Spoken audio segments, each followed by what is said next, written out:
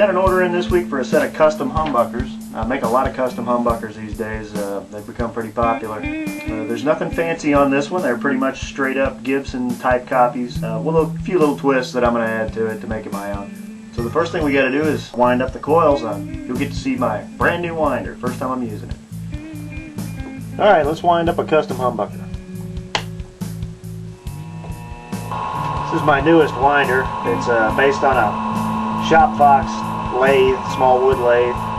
We picked those up pretty inexpensively, and it's being controlled by this control box I made over here. It's just a Durant batch controller. It's controlling the output on a 110 power outlet in the back. I plug the lathe into it, turn it on, and it counts the turns on this proc switch up here. And when it reaches 6,100 turns on this particular bobbin, it's going to shut off, because that's where we want to go. I got a new hat too, by the way. This is really nice because it's got a built-in speed control already there. You don't have to worry about that. And we should be wrapping up right about now.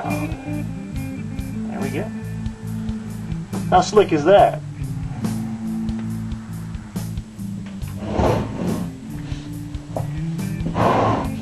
Alright, now that all my bobbins are wound up, next thing I got to do is the assembly. First thing I got to do is attach some jumper wires. This makes things a little easier for construction.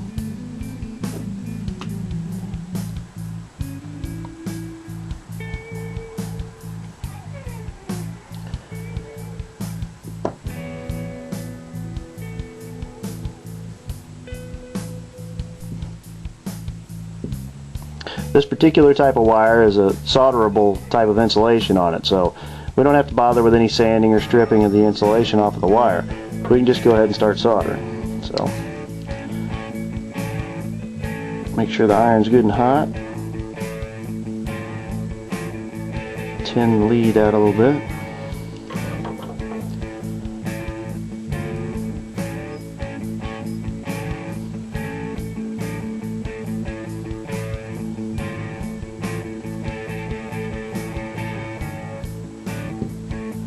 Little gizmo here is pretty handy for giving you an extra set of hands when you need one. I don't know what you call that thing, but they sell them in most electronic supply places.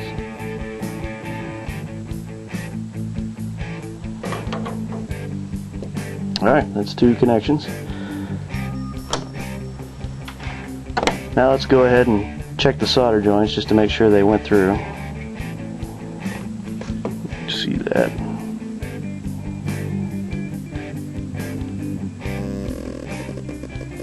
There we have it. Alright, so that's good enough for that one. Next thing I do is get my wire cutters, clean up these connections a little bit, get rid of the excess. Alright, now that we've got the connections made and ready to go, I'm going to go ahead and take some of this crepe paper tape and go ahead and go around this bobbin. These particular solder joints don't get covered with anything other than this tape, so that helps us to insulate them from shorting out against the covers we're going to be putting on later.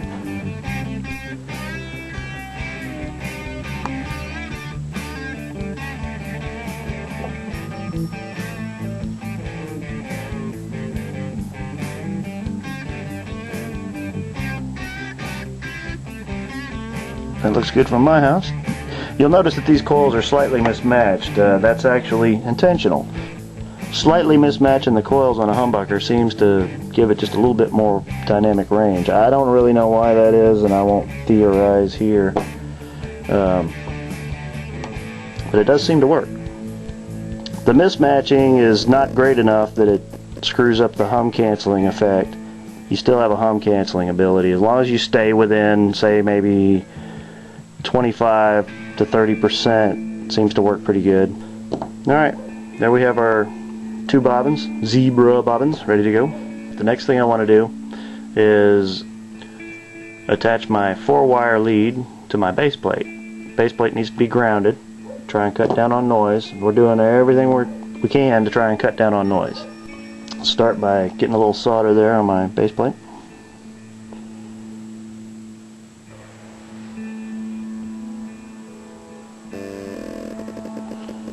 Now, soldering irons have a habit of melting plastic parts and insulation on your wire.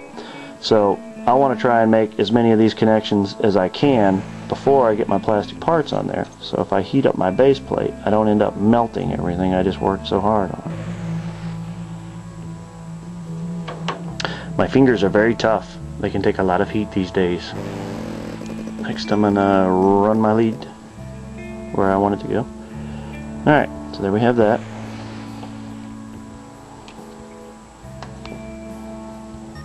See how I run that? Alright, that's ready. Next, I want to take our screw pole bobbin. This is the bobbin that's designed to carry screw poles. How about that? Clever how they name these things. And let's go ahead and run a few of these in. I don't generally put them all in, but I'll put at least 2 in, generally the outside ones, to make sure that everything lines up. The big 50 that you see marked on here is that means 50 millimeter. That means this pole here to this pole here, inside to outside, is 50 millimeters from one side to the other. Alright, see what we got here? Our spacer fits and everything. And that gets put on there. And it is attached to these brass bobbin screws. And I will occasionally use stainless steel in some of my other designs, but this one's designed to be more of a Gibson style. That's why I'm sticking with the brass screws and the slightly mismatched coils as a vintage one would have. And this pickup's going to get a big fat ceramic magnet. The reason for that is the guy that I'm making this pickup for is a bit of a metalhead, and he wants a little bit of that Judas Priest Iron Maiden, and that's what we're going to give him.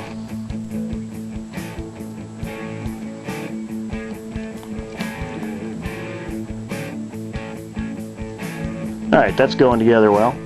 Let's go ahead and take our slug pole piece, which is what I call this because these are steel slugs, and they do what the screws do on the other side. It's just that they're non-adjustable, so we call them slugs.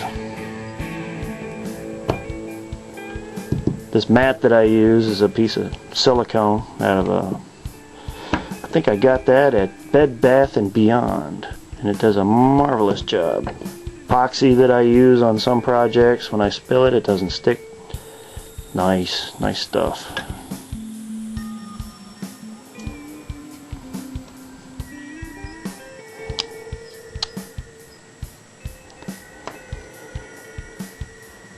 Then your screws go in the other side.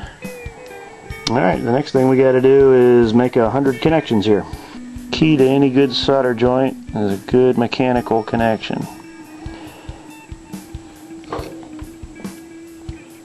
So let's go ahead and solder a couple of these up.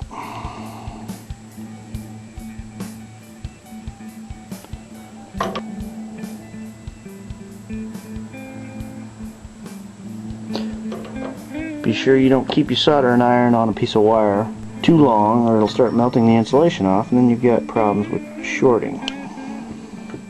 Right?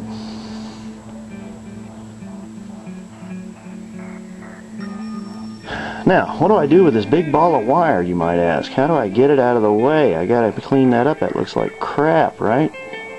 There they go. Plenty of places to put things if you just know where to look. Alright, let's go ahead and put in our other 4 poles.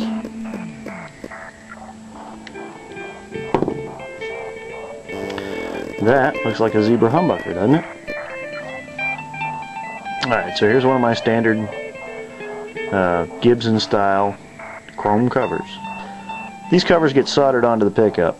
Because of that, I want to try and put a little solder on here first so I can keep as much heat off of the pickup as possible. I just want to get enough on here to stick the cover so that it doesn't vibrate and cause microphonic feedback, because that would suck and then we would be lame.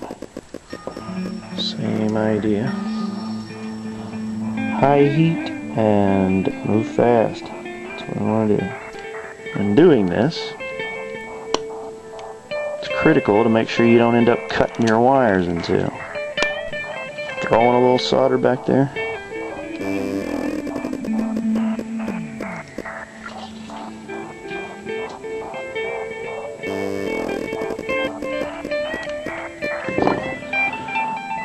Now that's looking about like a Gibson PAF style humbucker, right? So that's about it for this pickup. It's going to get a trip through the wax pot, and just going to get my logo put on the front of it. And then it's going to go in a box and get shipped off to Canada.